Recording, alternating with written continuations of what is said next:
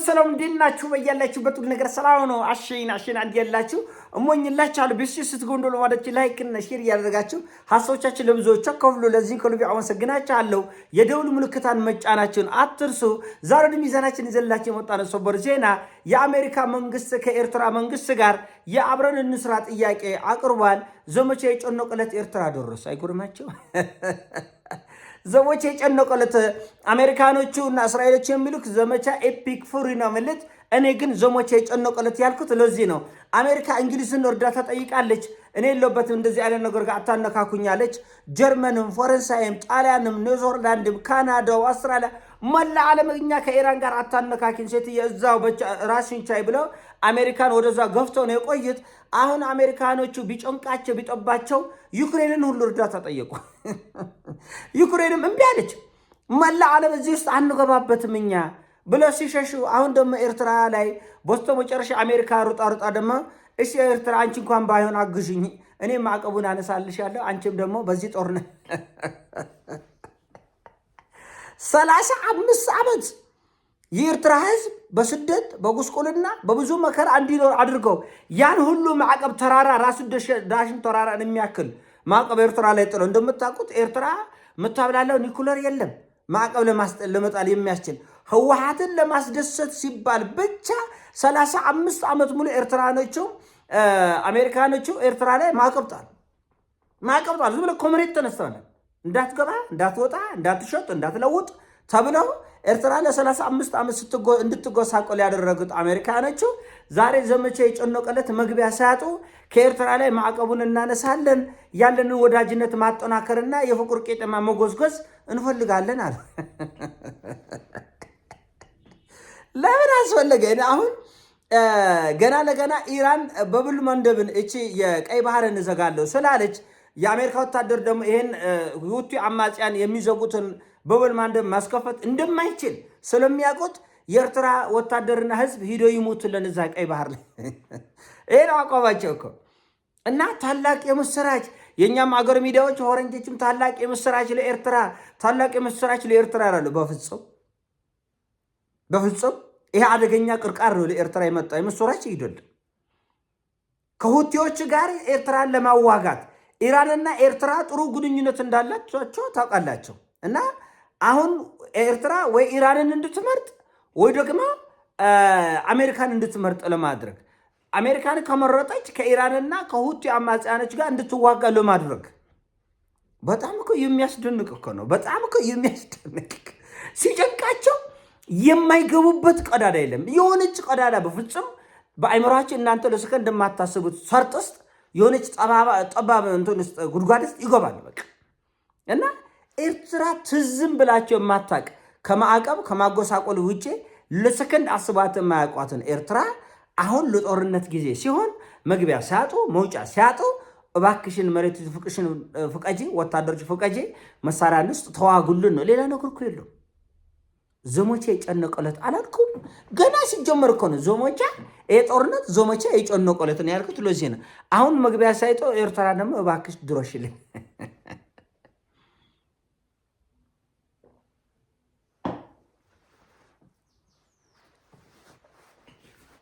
እንደምታውቁት ሁቲ የራሱን ሚሳኤል የሚያመርት ነው፣ የራሱን ሮኬት የሚያመርት ነው። ሁቲ መርከቦችን የሚመታ ነው፣ የጦር ጀቶችን የሚመታ ነው። እጅግ በጣም አደገኛ ኃይል ነው። በቀይ ባህር ዙሪያ እጅግ በጣም አደገኛ ኃይል ነው። 1000 ኪሎ ሜትር ነው 1000 ኪሎ ሜትር ከእስራኤልን የሚመታው የሁቲ ሚሳኤሎች 1000 ኪሎ ሜትር ነው የሚንቀሳቀሱት። ማናውን ከሁቲ ጋር በጀ ብለው የሚዋጋ አለ እኮ። ጅቡቲ ላይ እኮ የአሜሪካ ጦር ሰፈር አለ፣ ግዙፍ የጦር ሰፈር። እዛ ጦር ሰፈር ውስጥ የሌለው መሳሪያ የለም፣ የሌለ ተመልከቱ። ስለዚህ ያን መሳሪያ ተጠቅመ ተዋጋ። እዛው ለዛው ነው ጅቡቲና ሁቲ ያለበት ማዶና ማዶ ነው። ተዋጋ። ለምን ነገርየን ከኤርትራ ጋር ታነካካለህ ብትል የጨነቀለት ነው። ለተቀማጭ ሰማይ ቅርብ ነው ያሉኝ አሜሪካኖች። እንደዚህ ስለ አይ አንተ ተቀማጭ ነው፣ ለተቀማጭ ሰማይ ቅርብ ነው፣ እኛ የተጣድነው ነው የምናውቀው ነው ያሉኝ። እና ፍጹም የማይሆን ነገር ነቃ። ፍጹም ይሄ ጦርነት እንዳልኳቸው መያዣ መጮበጫም የለውም። ስፔን ከአውሮፓ ህብረት ልትባረር ነው። ሰምታችኋል ዛሬ ምን ነው ሲባል እኛ በተኮስነው ጦርነት ላይ እኛ ባነሳነው እሳት ውስጥ ገብተሽ ካልተቃጠልሽ፣ ካልነደድሽ፣ ካልወደምሽ ከኛ ጋር ህብረት የለሽም ነው። እና እንግሊዝን እቀጣለሁ እያለች ነው። እንግሊዝ እንግዲህ ከአርጀንቲና ጋር በአንድ ደሴት ግጭት ውስጥ እንዳለ ታውቃላች። እና በዚህ መልኩ ነው እንግዲህ እጅግ በጣም ፈታኝ ነው የሆነው እና በጣም አስቸጋሪ ነው። በቀኝም ነፈሰ በግራም ነፈሰ ይሄ ጦርነት ቀላል እንደማይሆን ሁሉም ያውቁታል። አውሮፓኖችም ያውቁታል፣ አሜሪካኖችም ያውቁታል። ወደ አጠቃላይ እልቂቱ ለመሄድ እዛ ቀጠና ላይ ሳውዲ አረቢያ አለች። ለምን ሳውዲ አረቢያን አይጠቀሙ? ለምን ኤርትራ አንፈለጉ? ጥያቄ እኮ ይሄ ነው። አሁን ሁቲን ለመዋጋት ካስፈለገ ቀይ ባህር ጋር የሚጋራው ኤርትራ ብቻ አይደለችም። ሳውዲ አረቢያ አላት፣ በጣም ረጅም መሬት አላት። ቢያንስ ከ500 ኪሎ ሜትር በላይ ቀይ ባህርን ትዋሰናለች ሳውዲ አረቢያ። እንደዚሁ በትንሹ ነው የምላለ። ለምን እዛ ጋር አይዋጉም ነው የኔ ጥያቄ። ለምን 500 ኪሎ ሜትር ነው አይጠቀሙ? ሳውዲ ሀብታም ሀገር ነች። ማኮብኮቢያ፣ መንደርደሪያ፣ መፈጥፈጫ፣ መዝሎያ መጠቀም ይችላሉ። ለምን በሳውዲ አይዋጉም? ችግሩ ይሄ ነው። ሞት ሲሆን እልቂት ሲሆን መጠቀም የሚፈልጉት ሌላውን ኃይል ነው። ይሄ ዘመቻ የጨነቆለት መግቢያ የጠፋበት ነው። መግቢያ ጠፍታላ። ሁቲን ለመዋጋት ከተፈለገ በድንበር ከሳዑዲ ጋር ይጋራሉ። ለምን በሳዑዲ በድንበር በእግረኛ ሄዶ አይዋጉም? አይ በባህር ነው የምንፈልገው ካሉ ደግሞ ያው ሳዑዲም ከ500 ኪሎ ሜትር በላይ በትንሹ ነው ብላቸው የባህር መገናኛ አላት።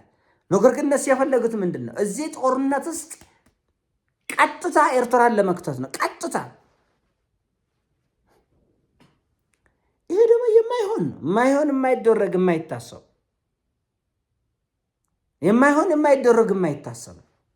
እና ምናልባት ኢራኖቹ እዚህ ጉዳይ ውስጥ እንዲገቡ ከተደረገ በጣም አደገኛ ነው። ከሁለት አንዱን የመምረጥ ግዴታ አለባት። እንደምታውቁት ኢሳያስ አፈወርቂ በድፍረት አሜሪካ ውስጥ ካሉ መሪዎች አሜሪካን ሲያጥረጎርግ የነበረ እሱ ነው። ምክንያቱም ልክ እንደ ኢራን፣ ልክ እንደ ሰሜን ኮሪያ፣ ልክ እንደ ቻይና ሰቅጣጭ የሚባል ማዕቀብ ከ30 ዓመት በላይ በኤርትራ ላይ እንዲጫን ያደረጉት አሜሪካኖቹ ናቸው። በድህነት ውስጥ እንዲኖር ያደረገ አሜሪካኖች ናቸው። ዛሬ ከመኔቶር ሰው ፍቅር በፍቅር እንደምታውቁት ይሄ ዘመቻ የጨነቀለት የራሽያን ማዕቀብ ያስነሳል። ራሽያ እባክሽ ነዳጅ ስጭ በእግዚአብሔር ተብላ ማንም በማንኪያ ከራሽያ ዘይት የገዛ ማዕቀብ ይጣልባታል ብላ ስታስፈራራ የነበረች ሀገር ራሽያን እንደፈለግሽ ነዳጅ ሽጭ፣ ኢራን እንደፈለግሽ ነዳጅ ሽጭ ብላ ማዕቀብ ያነሳች ሀገር ነች።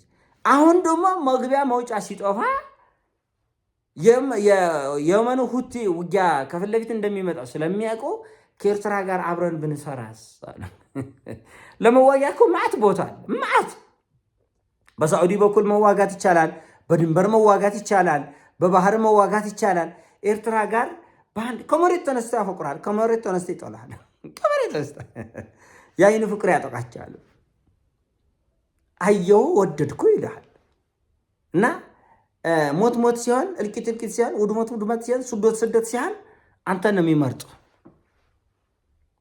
የሚመርጡ እና በቀኝም ነፈሰ በግራ ሶማሌ በዚህ በኩል ተጨምራለች። እንደምታውቁት ጥልፍልፉን ተመልከቱ። ኤርትራና ሶማሊያ ግንኙነት እንዳላቸው ታውቃላችሁ። አሁን አሜሪካ እዚህ ጉዳይ ስትገባ በሶማሌና በኤርትራ መካከል ጸብ ውስጥ ይገባል ማለት ነው። እንደገና ኢራንና ኤርትራ ግንኙነት እንዳላቸው ታውቃላችሁ። ቱርክና ሶማሊያ ግን ቀጠናው ወደ ሲኦልነት ነው የሚቀየረው። ይሄ ሁሉም የሆነው የነ ትራምፕን ስሜት ለመጠበቅ እነሱ የገቡበትን የእልህ ጦርነት ለመፈጸም ሲባል ነው እና ይሄ ፍጹም ተቀባይነት የሌለ የልጆች እቃቃ የሚመስል የተበሳበሰ ለመነጋገርም ራሱ ግራ የሚያጋባ ውጥንቅጡ የወጣ አጀንዳ ነው። ኤኒዌይስ እንግዲህ ዘመቻ የጨነቀለት ኤርትራ ገብቷል።